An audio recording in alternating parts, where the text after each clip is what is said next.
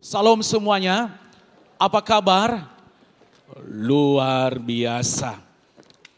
Mari kita akan membaca kebenaran firman Tuhan di dalam 1 Korintus pasal 13 ayat 4 sampai dengan 7. Beginilah firman Tuhan.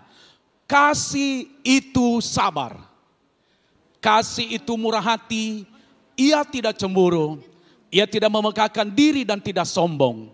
Ia tidak melakukan yang tidak sopan dan tidak mencari keuntungan diri sendiri. Ia tidak pemarah dan tidak menyimpan kesalahan orang lain. Ayatnya ke-6. Ia tidak bersukacita karena ketidakadilan, tetapi ia bersukacita karena kebenaran. Ia menutupi segala sesuatu, percaya segala sesuatu, mengharapkan segala sesuatu, sabar menanggung segala sesuatu. Tuhan Yesus sendiri berkata, yang berbahagia adalah yang mendengarkan firman Tuhan dan melakukannya. Amin, saudaraku yang dikasihi Tuhan. Firman Tuhan mengingatkan kita pada saat ini bahwa kasih itu adalah sabar. Saya percaya pernah kita melakukan segala sesuatu kepada orang lain. Kita mengasihi mereka. Tetapi kadang-kadang kasih di dalam diri kita belum mencapai yang maksimal. Sehingga kita tidak hidup di dalam kesabaran. Makanya hari ini saya memberikan judul khotbah saya ini adalah kasih itu sabar. Nah, mungkin kita bertanya di dalam hati, apa sih artinya sabar itu? Saudaraku yang dikasihi Tuhan, sabar itu adalah tahan menderita. Ya. Tahan menderita. Ketika orang memperlakukan tidak baik, dia rela menderita. Dia tidak memberikan perlawanan, dia tidak memberikan reaksi yang yang menyakitkan, dia tidak memberikan reaksi untuk memberikan hal-hal yang negatif. Tetapi dia tahan, itu namanya sabar. Ya, itu namanya sabar. Dan yang lainnya lagi saudaraku dikasihi Tuhan, dia juga tidak cepat emosi menghadapi segala sesuatu. Ketika dia dihina oleh orang, dia tidak emosi. Ketika direndahkan oleh orang, dia tidak emosi. Ketika dia diperlakukan tidak baik oleh orang lain, dia tidak emosi atau tidak marah. Kenapa? Karena dia hidup di dalam kesabaran. Nah, saya percaya hal ini juga harus terjadi di dalam diri kita sebagai orang yang percaya kepada Tuhan. Bu, ketika menghadapi suami, apakah cepat marah atau cepat kecewa? Cepat marah. Itu bukan orang sabar itu namanya. Ya, bukan orang sabar. Saya banyak melihat di dalam Alkitab. Ketika diperlakukan tidak enak. Mereka tidak ada memberikan perlawanan tuh. Tetapi mereka sabar. Kenapa? Mereka mengerti bahwa Tuhan yang membela mereka. Mereka tahu bahwa Tuhan yang menolong mereka. Mereka tahu bahwa Tuhan yang melakukan segala perkara di dalam kehidupan mereka. Sabar itu juga saudaraku dikasihi Tuhan. Tenang dan tidak dipengaruhi oleh emosi atau hawa nafsunya. Sabar itu. Jadi dia tenang menghadapi segala sesuatu. Saya sangat senang sekali memberikan contoh ini di dalam Alkitab. Daniel diperhadapkan pada situasi yang genting di dalam kehidupannya. Dia sabar tuh. Dia tidak emosi, dia tidak tergesa-gesa. Bisa dia marah, tetapi dia tenang aja. Diancam akan dibuang ke dalam gua singa, tenang aja. Daniel tenang aja. Sadrak, Mesak dan Abednego diancam dimasukkan ke dalam bara api yang menyala-nyala, tenang aja tuh. Kenapa? Mereka tenang. Karena mereka mengerti bahwa Allah sanggup melakukan segala perkara di dalam kehidupan mereka. Mereka mengerti bahwa Allah sanggup membela mereka. Mereka sabar saudaraku yang dikasihi Tuhan. Kenapa? Karena Allah yang mereka sembah adalah Allah yang penuh kasih. Nah, begitu juga kita sebagai orang yang percaya kepada Tuhan hari ini. Kalau kita hidup di dalam kesabaran, saya percaya saudaraku dikasih Tuhan, Allah mengerjakan perkara yang luar biasa di dalam kehidupan kita. Coba perhatikan ayat yang ke-7. Ia menutupi segala sesuatu, percaya segala sesuatu, mengharapkan segala sesuatu, sabar, menanggung apa? Segala sesuatu. Kalau segala itu satu macam atau berapa macam? Hah? Kok nggak ada suaranya? Banyak? Satu macam? Hah? Berarti segala sesuatu. Enak nggak jadi orang Kristen, saudaraku dikasih Tuhan? Hah? Mana suaranya? Enak nggak jadi orang Kristen? Enak nggak orang Kristen?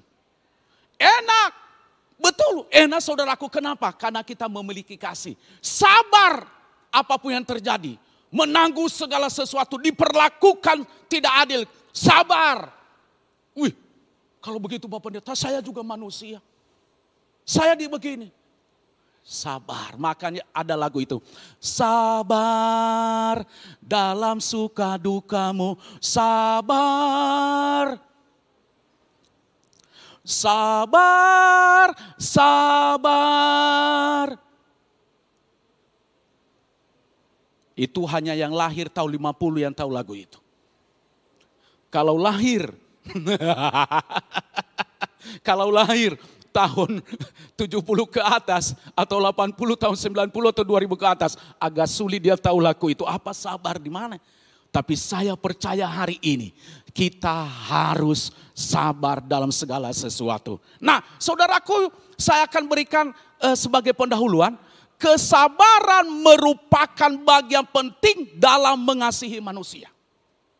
Tidak bisa dipisahkan, itu sangat penting, bahkan kalau boleh saya katakan sangat vital di dalam kehidupan manusia kesabaran itu. Kesabaran adalah perintah yang Tuhan berikan kepada kita untuk kita lakukan. Itu bukan ajaran manusia, tetapi perintah Tuhan harus kita lakukan. Berat loh Pak Pendeta, saya sedang disakiti. Apalagi kalau dia seorang ibu, Pak Pendeta, suami saya begitu keras, begitu jahat suami saya, bagaimana saya bisa sabar? Tapi saya mau katakan, kesabaran itu adalah perintah yang diberikan oleh Tuhan bagi kita. Berarti kalau perintah itu kita lakukan atau tidak? Kita harus melakukannya. Kita harus kerjakan. Kita harus praktikkan di dalam kehidupan kita. Yusuf diperlakukan tidak baik oleh saudara-saudaranya. Mau dibunuh, dijual, ada di rumah Potifar, di bawah pengawasan Potifar. Dia menghadapi masalah yang berat pada waktu itu. Dimasukkan ke dalam penjara. Yusuf melakukan perintah Tuhan. Dia terus sabar. Apa yang terjadi? Tuhan memulihkan Yusuf. Kenapa? Karena dia sabar. Amin, saudaraku dikasih Tuhan. Amin. Nah, yang menjadi pertanyaan kepada kita hari ini, saudaraku dikasih Tuhan, kita harus sabar terhadap apa? Nah, itulah pertanyaan. Yang pertama adalah hal-hal yang tidak adil. Hal-hal yang tidak adil. Di mana-mana ada ketidakadilan pada saat ini. Kita bekerja di kantor, ada ketidakadilan. Ada diskriminasi. Apalagi kalau di situ hanya dia seorang anak Tuhan. Ya.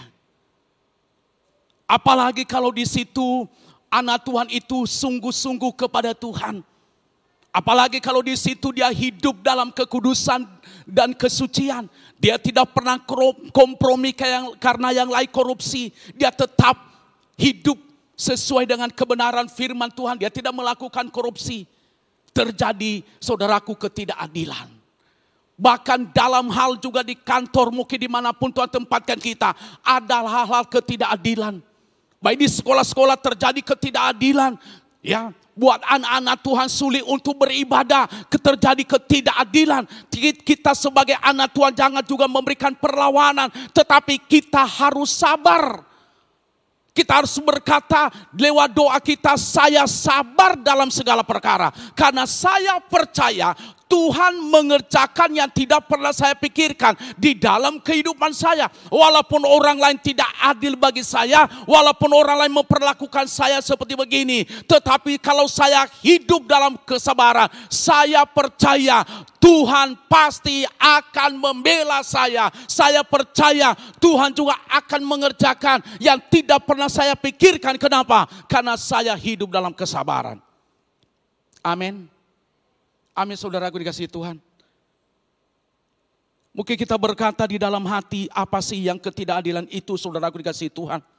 Ya, dalam hal jabatan, ya, dalam hal apa iring kita kepada Tuhan. Kadang-kadang kita menghadapi ketidakadilan, saudaraku dikasihi Tuhan. Kadang-kadang kita dalam melakukan segala perkara. Dalam bisnis kita menghadapi seperti begitu. Dalam hubungan kita dengan keluarga. Orang tua kadang-kadang tidak adil, saudaraku dikasihi Tuhan, anak-anak muda. Kalau orang tuamu tidak adil kepadamu, terus bersabar. Amin. Gak ada anak muda yang amin ya. Gimana gua amin Pak Pendeta lagi sakit hati. Simpan itu sakit hati, emangnya selesai. Orang yang sakit hati, dia memberikan sarang yang besar buat setan itu, saudara kasih Tuhan. Ya. Kadang-kadang juga anak-anak menghadapi ketidakadilan dari orang tua. Kalau anak pertama udah dipuji-puji, kalau anaknya kedua karena nilainya hanya pas-pasan, pasti lihat. Karena di rapornya ada banyak sekali ikan mas di situ kan. Oh kalau ada perkumpulan, anak gua nomor 2. Mamanya ngomong anak gua nomor 2, malu-malu. Tapi anak saya pertama ketemu dengan saudaranya pas ada arisan. Anak saya nomor 1 luar biasa. Anak saya sampai Tuhan Yesus datang udah cerai anak yang nomor 1. Tetapi anak yang nomor 2 enggak pernah ada pujian. Bu, saya mau katakan Bu ya, ingat. Ini pesan saya sama Bapak Ibu. Hati-hati. Secara tak langsung kalau orang tua tidak adil kepada anaknya, dia sudah menaruh kebencian antara kedua anak itu. Ya. Dia sudah menaruh namanya benih kebencian antara kedua anak itu. Kenapa? Karena diperlakukan tidak adil. Makanya anak-anak muda hari ini banyak berdoa kepada Tuhan supaya orang tuamu berlaku adil kepadamu. Yang kedua yang perlu saya sampaikan kepada kita. Ya, ini ayatnya. Ada saja perkara di antara kamu yang seorang terhadap yang lain telah merupakan kekalahan bagi kamu. Mengapa kamu tidak lebih suka menderita ketidakadilan? Mengapa kamu tidak lebih suka dirugikan? Langsung ke yang keduanya. Ya, kita harus sabar terhadap yang kedua. Semua orang. Kita akan baca ayatnya. Saya akan baca ayatnya. Perhatikanlah supaya jangan ada orang membalas jahat dengan jahat. Tetapi usahakanlah senantiasa yang baik. Terhadap kamu masing-masing. Dan terhadap semua orang. Saudaraku dikasihi Tuhan, kita harus sabar terhadap semua orang. Bukan hanya satu orang. Bukan hanya kepada atasan kita sabar karena ada keuntungan kita. Tetapi kata firman Tuhan dikatakan di sini terhadap semua orang. Kita harus sabar juga mungkin kepada supir kita. Kita sabar juga kepada bawahan kita. Mungkin kepada pembantu kita. Kita harus sabar saudara dikasihi Tuhan. Berarti semua orang. Kadang-kadang kita hanya sabar kalau ada keuntungan gitu. Oh iya itu kan bos saya. Itu kan atasan saya sering di belakang. Saya harus sabar walaupun dia caci maki saya sabar. Saya mau katakan bukan sabar itu cari keuntungan. Iya kan? Cari keuntungan itu. Harus sabar kepada semua orang. Ya, coba perhatikan nih. Terhadap kamu masing-masing dan terhadap semua orang. Bu, kita harus sabar kepada anak kita. Sabar terhadap apa? Pak, harus sabar menghadapi istri. Amin. Bapak-bapak enggak tahu ya. Enggak ada bapak-bapak di sini, semua ibu-ibu ya. Pak, sabar sama istrinya. Amin. Pak, kalau dia minta uang bedak, sabar Pak. Loh iya dong. Kan bapak-bapak kan kepengen istrinya cantik kan? Iya. Kadang-kadang bapak-bapak, mama kok gak cantik sih?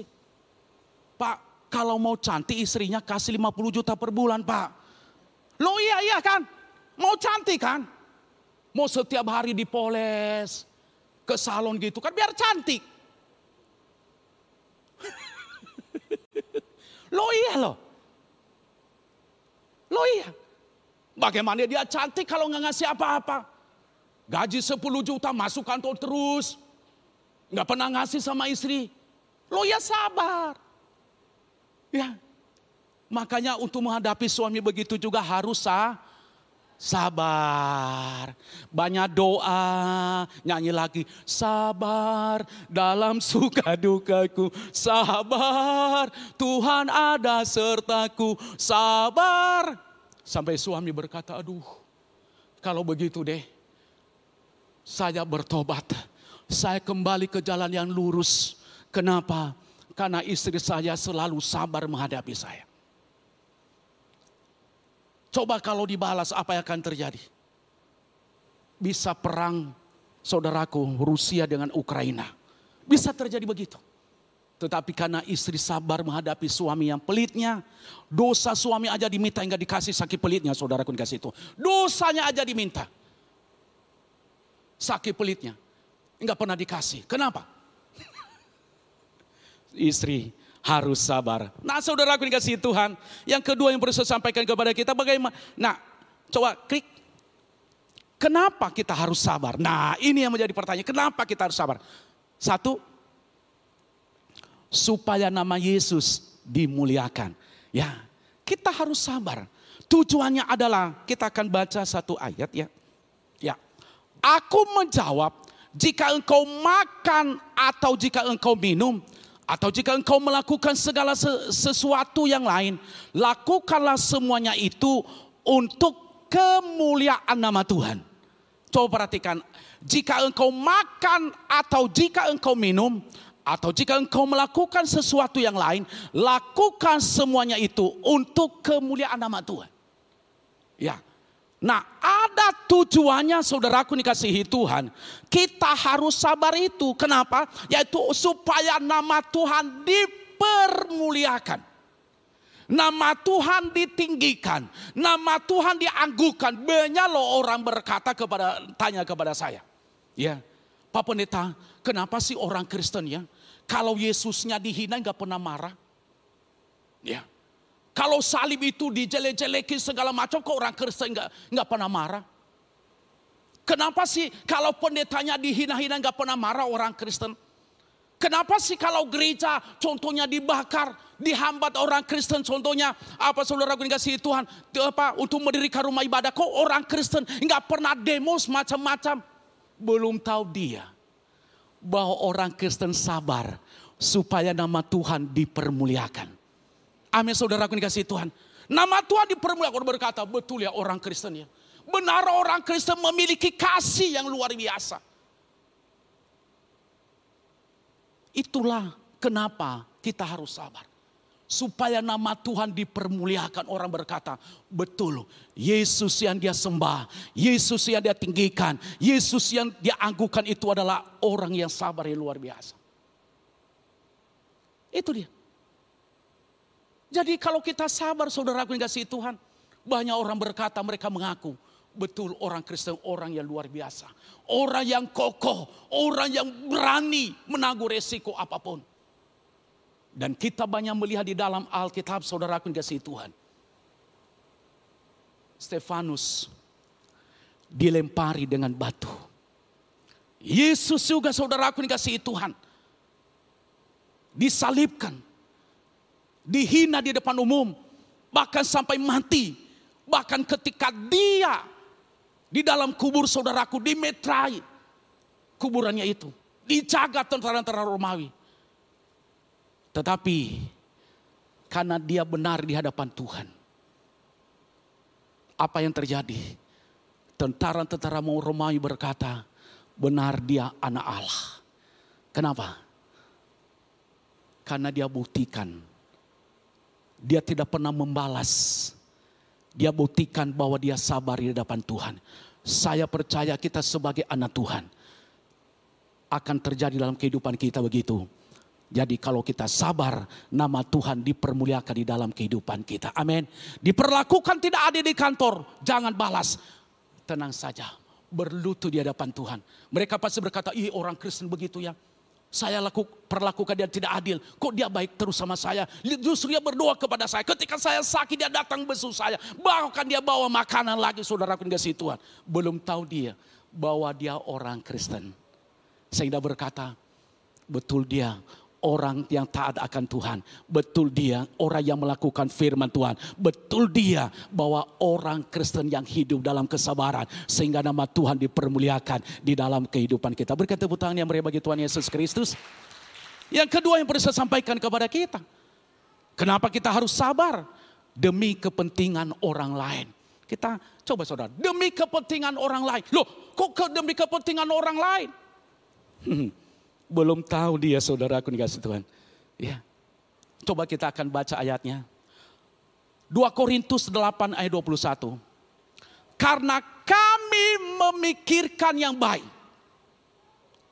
Bukan hanya di hadapan Tuhan. Tetapi juga di hadapan manusia. Coba perhatikan. Kami memikirkan yang baik. Bukan hanya di hadapan Tuhan tapi juga di hadapan manusia. Coba kalau terjadi kita membalas dengan kejahatan, apa yang terjadi? Yang baik terjadi, justru rusak. Benar gak? Tetapi yang dipikirkan adalah yang baik. Sehingga tidak terjadi masalah yang memperuncing. Sehingga tidak ada masalah yang menjadi regang hubungan antara satu dengan yang lain. Inilah pernyataan Rasul Paulus kepada jemaat yang ada di Korintus. Karena kami memikirkan yang baik bukan hanya di hadapan Tuhan. Tetapi juga di hadapan manusia. Kenapa? Itulah tujuannya. Supaya kepentingan orang lain. Harus kita memikirkan orang lain. Jangan hanya kita memikirkan yang saat ini. Kalau hanya kita memikirkan saat ini, bisa kita mengerjakan segala sesuatu. Tetapi kita harus memikirkan kepentingan yang lebih besar. Yaitu kepentingan orang lain, saudaraku dikasih Tuhan. Dan banyak pemimpin-pemimpin bangsa melakukan hal itu. Demi kepentingan orang lain, rela mereka mundur, saudaraku dikasih Tuhan. Daripada terjadi pertumpahan darah. Nah itu tujuannya kita sabar. Kalau kita melayani Tuhan kita harus sabar. Kenapa? Demi kepentingan kemajuan pekerjaan Tuhan. Amin. Amin saudaraku dikasih Tuhan. Aminnya agak kurang. Yang terakhir dah kalau gitu. Kenapa kita harus sabar? Supaya kita mendapatkan berkat. Kita akan baca ayat di dalam kitab Mazmur. Ya. Dan orang akan berkata, sesungguhnya ada pahala bagi orang benar. Sesungguhnya ada Allah yang memberikan keadilan di bumi. Saudaraku dikasih Tuhan. Kenapa kita harus sabar? Yaitu untuk mendapatkan apa tadi? Yaitu berkat. Kita pasti akan mendapatkan berkat kalau kita hidup di dalam kesabaran. Di dalam Alkitab banyak sekali orang-orang yang saya baca. Mereka mendapatkan berkat yang luar biasa. Ayub saya akan berikan contoh. Ketika dia habis segala-galanya. Bahkan teman-teman terdekatnya menyalahkan dia karena engkau berbuat dosa di hadapan Tuhan. Bahkan istrinya saudaraku dikasih Tuhan. Dia berkata kepada Ayub.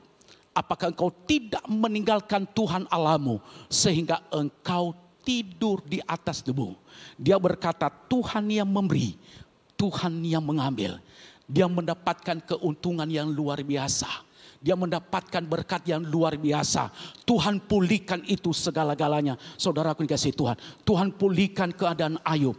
2 kali lipat. Bahkan anak-anaknya yang tercantik pada waktu itu. Kenapa? Karena dia hidup di dalam kesabaran. Itulah yang kita dapatkan. Makanya kita harus sabar. Makanya kita harus mengerjakan itu. Ketika kita mengerjakan semuanya itu, saya percaya kita akan mendapatkan berkat dari Tuhan. Amin. Ketika suami istri sabar mendapatkan jawaban dari Tuhan.